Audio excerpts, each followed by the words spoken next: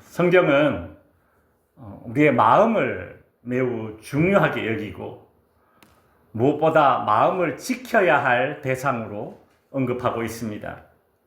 솔로몬은 잠언 4장 23절에서 모든 지킬 만한 것 중에 더욱 네 마음을 지키라. 바울도 빌립보서 4장 7절에서 모든 지각에 뛰어난 하나님의 평강이 그리스도 예수 안에서 너희 마음과 생각을 지키시리라. 성령 하나님께서 하시는 중요한 일 가운데 한 가지가 무엇인가 하면 우리의 마음을 지켜주신다는 거죠. 마음이 그만큼 중요하다는 것입니다. 지금 미국과 이란이 서로 전쟁을 하죠. 이란이 3천만 원짜리 자폭 드론을 이렇게 쏩니다. 근데 그 자폭 드론이 날아오면 그 공중에서 이제 미국이 미사일을 이제 쏘아서 공중에서 그 드론을 맞히거든요. 근데 이란이 3천만 원짜리 자폭 드론을 쏘면 미국은 60억짜리 미사일을 쏴서 그 3천만 원짜리를 맞추는 겁니다. 3천만 원짜리 하나 없애려고 60억을 쓰는 거예요. 이거 단순 수치로 보면 정말 손해보는 짓 아닙니까? 그죠? 누가 3천만 원짜리 물건 살라고 60억을 쓴다고 한번 생각해 보세요. 그런 사람 없잖아요. 근데 왜 3천만 원짜리 자폭 드론을 잡으려고 60억이 넘는 미사일을 쏩니까? 60억보다 더 중요한 것을 지키기 위해서 60억을 쓰는 거예요. 미사일을 쏘는 거죠. 성경은 마치 이와 같이 인간이 이 마음이 중요한데 이 마음을 지키라고 돈을 뺏기더라도 마음을 지키라고 성을 뺏기더라도 마음을 지키라고 그렇게 성경은 우리에게 알려주고 있습니다. 마음이 그만큼 중요하다는 거죠. 오늘 본문에 보면 예수님은 이렇게 소중한 마음을 밭으로 비유하고 있습니다. 그리고 그 마음밭이 4종류가 있다라는 거예요. 제가 저기 당진에 있을 때에 이 서해안 그쪽이지 않습니까? 그쪽에 그 붉은 황토밭이 많더라고요. 제가 아는 이제 어떤 장로님 부부가 그 붉은 황토밭에 고구마를 심었는데 이 고구마가 뭐 엄청 맛있고 또 잘 되어서 농사가 잘 되어서 이렇게 택배로 전국으로 그렇게 고구마를 판다고 하더라고요. 어떤 밭은 고구마가 잘 되고 어떤 밭은 또 뭐 예를 들어 인삼이 잘 되고 밭마다 특징이 다 있습니다. 예수님은 4가지 종류가 되는 우리 마음밭에 말씀이라는 씨앗을 심는 농부가 되어서 어떤 마음밭에 말씀이 복음이 잘 자랄 수 있는지를 비유를 들어서 설명해 주세요. 첫째 밭은 길가밭입니다. 길가밭. 요즘이야 뭐 농지 정리가 잘 되어 있잖아요. 농과 밭과 길의 경계가 명확합니다. 보면 좀 더 시멘트 잘 이렇게 포장되어서 잘 되어 있어요. 그러나 예수님 당시에는 그렇지 않았던 것 같습니다. 밭도 흙이고 길도 흙이고 그러다 보니 사람이 다니고 마차가 다니고 하다 보니까 밭이 점점 길이 되는 거예요. 길이 점점 넓어지고 밭을 먹어 들어가는 거죠. 그러니까 그 밭이 어떻게 돼요? 단단해져요. 단단해져. 자꾸 밟고 다니니까. 그 단단한 길가밭에 씨앗을 뿌리니까 그 땅 속으로 씨앗이 파고들지 못하니까 새가 와서 먹어버립니다. 예수님께서 그 이야기를 하시면서 그 이제 비유를 뜻을 설명해 주세요. 단단한 길가밭은 단단한 마음이다. 그리고 거기에 씨를 뿌렸는데 그 씨는 복음 하나님의 말씀이다. 근데 씨가 땅 속에 스며 들어가지 못하고 새가 먹었다는 것은 이 단단한 마음밭에 하나님의 말씀이 전해졌지만 마음이 단단하기 때문에 마귀가 와서 그 말씀을 낚아채 가는 거다. 이제 그렇게 비유를 설명해 주셨어요. 여러분, 길가밭을 한번 생각해 보십시오. 사람들이 하도 밟아서 이 밭이 길이 뺀질뺀질해집니다. 마음밭도 뺀질뺀질한 마음밭이 있더라고요. 그런 뺀질뺀질한 마음밭에는 말씀을 전하고 복음을 전해도 이게 파고들지를 못해요. 여러분, 주변에 보면 평소에는 안 그런데, 평소에는 안 그래요?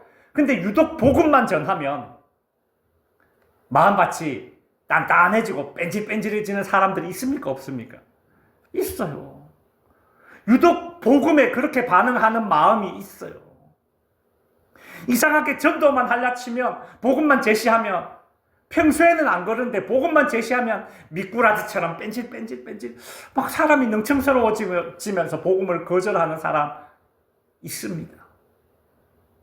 지금 그 사람은 자신의 이 마음밭에 주어지고 있는 그 귀한 천국 복음의 씨앗을 마귀에게 빼앗기는 중입니다. 여러분, 생각해 보십시오. 새가 와서 물고 간다. 마귀가 빼앗아 간다. 이 구절을 이렇게 생각해 보면 참 너무 안타까운 거 아닙니까? 여러분, 어떻게 빼앗겨도 마귀에게 빼앗깁니까? 안 그렇습니까? 우리나라 사람들은 축구를 해도요, 일본한테는 이겨야 된다, 뭐 이런 심리가 있잖아요. 왜 그래요? 우리가 일본에게 몇십 년간 식민지를 당했기 때문에 그렇잖아요. 그래서 스포츠 경기를 하더라도 일본에게만큼은 승리를 빼앗기고 싶지 않은 겁니다. 그런 마음이 작동되는 거예요. 하물며 여러분, 마귀가 누굽니까? 마귀는 인간들로 하여금 죄를 짓게 만들고, 그렇게 인간이 죄에 빠지자 그걸 부실 삼아서 노예로 삼지 않았습니까? 근데 하필 그 마귀라는 존재에게 그냥 싸구려도 아니고 그 귀한 천국 복음 말씀을 빼앗기게 내버려 둔다라는 것이, 그것이 참 너무 안타까운 것이죠. 두 번째는 돌짝밭입니다.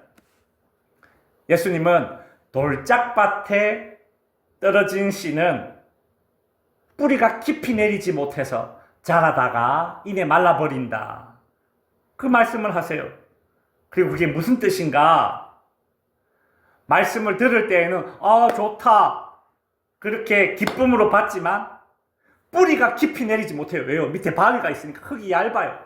그러니까 조금만 시련이 닥치면 믿음을 포기하는 거예요. 여러분, 우리는 평안하게 살기를 소원합니다. 그리고 예수 믿으면 복 받아서 평안한 삶을 살게 된다고 그렇게 전도를 합니다. 그런데 예수 믿고 샬롬, 평안하게 산다는 것은 어떤 종류의 시련도 겪지 않는다, 그 얘기를 하는 게 아니잖아요. 예수 믿고 누리는 평안은 시련 그 자체가 없는 평안이 아닙니다. 예수 믿고 누리는 평안은 시련 속에서도 누리는 평안이에요. 예를 들자면 다니엘이 사자굴 속에 던져졌지만 사자굴 속에서도 평안할 수 있었다는 거죠. 우리 이렇게 말할 수 있잖아요. 하나님, 다니엘을 사자굴에 애초에 안 넣으면 되잖아요. 사자굴에 안 던져지는 게 제일 평안한 거 아닙니까? 예, 그것도 평안 맞아요. 근데 사자굴에 던져지지 않은 그런 평안한 사람이 하나님에 대한 그런 믿음과 사자굴에 던져졌지만 사자굴 속에서도 평안함을 누리는 그 사람의 믿음은 격차가 다릅니다. 레벨이 달라요. 하나님은 우리로 하여금 애초에 사자굴에 던져지지 않도록 그렇게 평안하게 하시는 것이 아니라 사자굴에 던져졌지만 그 안에서도 평안을 누리도록 하셔서 우리의 하나님에 대한 고백이 격이 다른 고백으로 그렇게 고백할 수 있는 그 믿음으로 우리를 이끌어 가신다는 거죠. 결국 시련이 큰 신앙을 만듭니다. 맨날 복복복 하는 신앙은 맨날 과자 하는 어린애의 유아적 신앙이에요. 성장한 후 어른이 되어서는 인생의 쓴맛을 알죠. 쓴박이 나물도 먹고 맛있네. 쓴커피 마시면서 음미하고 쓴 보약 마시면서 좋다 할 수 있는 게 왜요? 성장한 어른이 되었기 때문에 그래요. 세 번째 땅은 가시밭입니다. 예수님은 가시밭에 떨어진 씨앗이 가시 때문에 잘 자라지 못해 기운이 막혀 성장하지 못한다라는 말씀을 하시고 그 비유의 뜻을 이제 설명해 주십니다.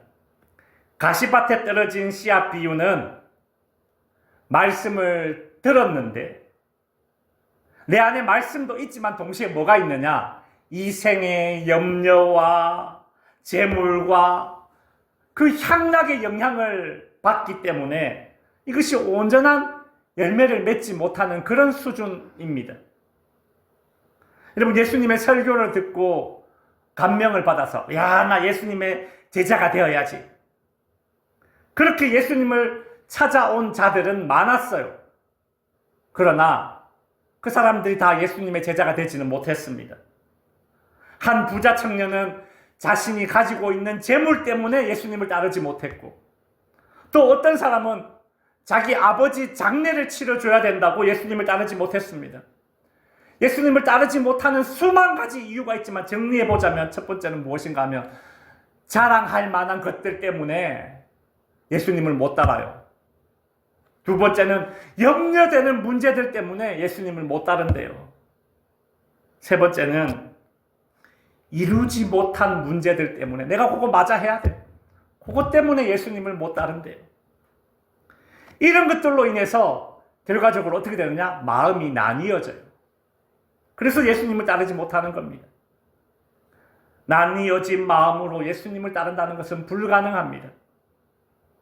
여러분, 우리가 하나님 믿고 신앙생활 하지만 나뉘어진 마음으로는 온전한 신앙의 열매를 맺지 못합니다. 여러분, 신앙과 세상의 성공과 명예와 재물과 인정과 재미까지 어느 것 하나 다 포기하지 못하고 놓지 못하고 다 가지려 하니까 결국 그 신앙은 양다리 신앙이 되는 거예요. 양다리 걸치는 신앙이 되는 거예요. 기형하죠. 기형적 신앙인이 되어버리는 겁니다. 마지막으로 예수님은 좋은 땅에 떨어진 씨 비유를 하십니다. 좋은 땅에 떨어진 씨는 100배의 결실을 맺는다. 그렇게 이야기를 해요. 그러자 그 예수님의 그 이야기를 듣던 농부들이 있었을 거 아닙니까? 그 농부들이 웃었어요. 웃기는 소리 한다. 왜냐하면 예수님 당시에 농사법으로는 농사를 심으면 10배의 결실을 거두었습니다. 평균적으로 그랬대요. 농사법이 그 정도로밖에 발전이 안 됐다라는 거예요. 근데 10배가 평균인데 30배의 결실을 거두었다 그러면 대풍이다. 예수님 당시에는 그랬대요. 근데 예수님이 뭐라고 이야기해요? 좋은 땅에 떨어진 씨가 100배의 결실을 맺는다 이러니까 농사를 좀 아는 분들은 저 예수님 지금 훌륭한 선생이라더니 저거 엉터리네, 뭘 모르네. 아니면 예수님 저거 손 허풍쟁이네. 실망해서 떠나고 비웃으면서 예수님을 떠난 사람들이 있었어요. 예수님은 100배의 결실을 맺는다가 아니라 10배, 한 30배 이 정도로 그 당시 사람들이 받아들일 수 있는, 용납할 수 있을 만큼 그렇게 이야기해도 되는데 일부러 말도 안 되는 100배의 결실을 맺는다라고 일부러 그렇게 이야기하신 거예요. 왜요? 10배나 30배 결실을 맺으면 딱 그 사람 농사 잘 짓네. 사람이 한 걸로 착각을 해요. 근데 100배의 결실을 맺는다 그러면 와, 이거는 신이 도왔어, 하늘이 도왔어, 혹은 야, 이건 하나님이 하셨어 라고 고백할 수밖에 없기 때문에 그래요. 예수님은 이제 좋은 밭에 떨어져서 100배의 결실을 맺는 그 비유의 의미를 이제 설명해 주십니다. 좋은 밭에 떨어진 씨가 100배의 결실을 맺는데, 여기서 좋은 밭은 성경에 보면 착하고 좋은 마음이라고 되어 있어요. 그러니까 착한 마음 플러스 좋은 마음이 합쳐져야 그게 좋은 밭이. 여기서 착한 마음은 뭐냐 하면 사람들에게 인정받는 그런 성품을 이야기하는 거예요. 플러스 좋은 마음이 있죠. 이 좋은 마음은 뭐냐면 하나님에게 인정받는 신앙의 태도예요. 그런 마음가짐이에요. 그러니까 사람들에게도 인정받는 마음, 그리고 하나님에게도 인정받는 마음가짐, 이 두 가지가 딱 합쳐진 그 마음밭에 말씀이 딱 떨어지면 몇 배의 결실을 맺는다? 100배의 결실이 맺는다. 그렇게 이야기하고 있는 거죠. 착하고 좋은 마음에 사람들에게도 하나님에게도 받을 수 있는 그런 마음에 말씀이 들어오면 100배의 결실을 맺는데, 여기서 추가적으로 하나 또 예수님이 말씀하신 게 있어요. 무엇인가 하면 오늘 본문 15절에 보시면 이런 말씀을, 착하고 좋은 마음으로 말씀을 듣고 지키어 뭐라고요? 인내로 결실한다. 착한 마음, 좋은 마음 플러스 하나 더 있어야 돼요. 뭐냐면 인내라는 거예요. 여기서 인내라는 것은 기다림, 즉 시간의 개념입니다. 말씀을 듣는다고 해서 하루아침에 성자가 되는 사람이 없어요. 우리 속담으로 치면 가랑비에 옷 젖듯이. 여러분, 말씀 한번 듣고 은혜 받는다고 하루아침에 사람이 변합니까? 그렇지 않아요. 제가 신학교에 들어간 후에 처음으로 이제 교육전도사를 나갔는데, 대구에 있는 어떤 교회에 이제 교육전도사를 했습니다. 한 1, 2년 동안 이제 주일학교 아이들을 이렇게 가르치다가 문득 이런 생각이 들었어요. 이야, 사람 참 변하지 않는다. 애들 순수한데도 어떤 애들은 하나님의 말씀에 반응이 진짜 바로바로 오고, 또 이렇게 하면 이렇게 변해요. 눈에 보여요. 근데 또 어떤 애들은 늘 그대로예요. 늘 그대로. 예배 태도 늘 엉망이에요. 예배 끝나고 애들 집에 안 가고 노는데 보면, 옛날에 그랬잖아요. 그죠? 교회 주변에서 막 놀고 하는데 보면 싸우고. 어떤 애는 이런 애도 있어요. 진짜. 교회 부엌에 가가지고 칼 들고 오다가 나한테 들켜가지고. 그래가지고 엄청 혼냈는데. 쉽지 않아. 제가 애들이 늘 그대로인 애들을 보면서 이런 생각이 들었어요. 내가 설교를 못해서 그런가? 내가 사역을 제대로 못해서 그런가? 제가 이런 고민을 이제 아버지께 이야기했더니, 농부이신 저희 아버님이 그 당시에 제게 이런 말씀을 하셨어요. 야, 벼를 심어도 거두려면 1년이 걸리는데 사람이 그렇게 쉽게 변하냐? 네가 설교 몇 번 했다고 사람이 그렇게 변하겠냐? 그러면서 하시는 말씀이, 신앙은 평생 농사야. 평생 농사. 저는 그게 팍 박혀버렸어요. 신앙은 평생 농사구나. 좋은 밭에 떨어진 씨앗, 그 말씀의 씨앗이 100배의 결실을 맺으려면 인내, 즉 기다림의 시간을 거쳐서 그렇게 100배의 결실이 맺어지는 거죠. 똑 떨어지자마자 쑥 열매 맺는 거 없습니다. 그 말이 안 된다고 그렇게 우리가 알고 있듯이 우리의 신앙도 그렇다는 거죠. 신앙이 잘하는 사람도 조바심 낼 이유가 없고, 그걸 지켜봐주는 사람도 인내해야 하는 겁니다. 아유, 너는 왜 그렇게 안 변하노? 어떻게 그렇게 못하노? 답답해 할 게 없다라는 거죠. 말씀을 정리하겠습니다. 오늘 본문은 이 네 가지 밭에 떨어진 말씀 씨앗, 이 비유는 우리에게 참 많은 교훈을 줍니다.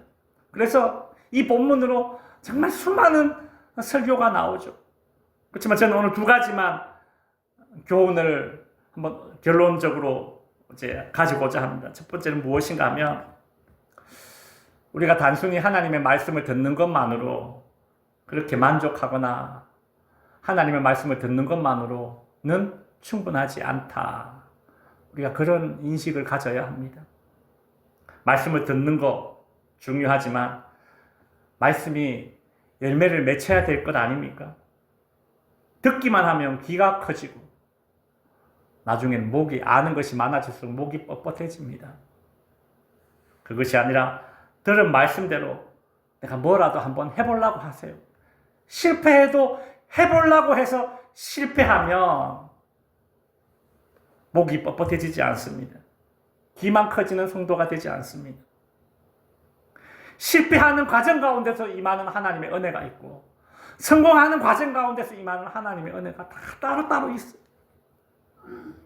두 번째는 저와 여러분의 신앙이 자라는 것도 하나님의 은혜라고 우리 고백해야 합니다. 농부들은 농사는 하늘이 짓는다, 이거 다 고백하잖아요. 다 알고 있잖아요. 바울은 고린도전서 3장에서 씨를 심는 이가 있고 물을 주는 이가 있지만 자라게 하시는 분은 하나님이다 라고 말했습니다. 여러분과 제가 하나님의 말씀을 듣게 되었고, 그 들은 말씀을 깨닫게 되었고, 그것이 믿어지게 되었고, 또 그 믿고 깨달아진 말씀대로 살아보려고 하는 그 의지조차도 내 것이 아니라 성령께서 허락해 주신 은혜임을 우리는 고백해야 합니다. 말씀이 내 인생에 들어오고 하나님의 말씀이 내 인생에 단단히 이렇게 엮여지고, 그렇게 하나님의 말씀과 내 인생이 이렇게 단단히 엮여지는 그런 과정에서 내가 한 건 하나도 없다. 하나님의 은혜다. 오직 하나님의 은혜로서만 말씀이 나와 연관지어지는 것입니다. 말씀 듣고 깨달아지는 것 자체가 엄청난 하나님의 은혜임을 알고 감사할 때에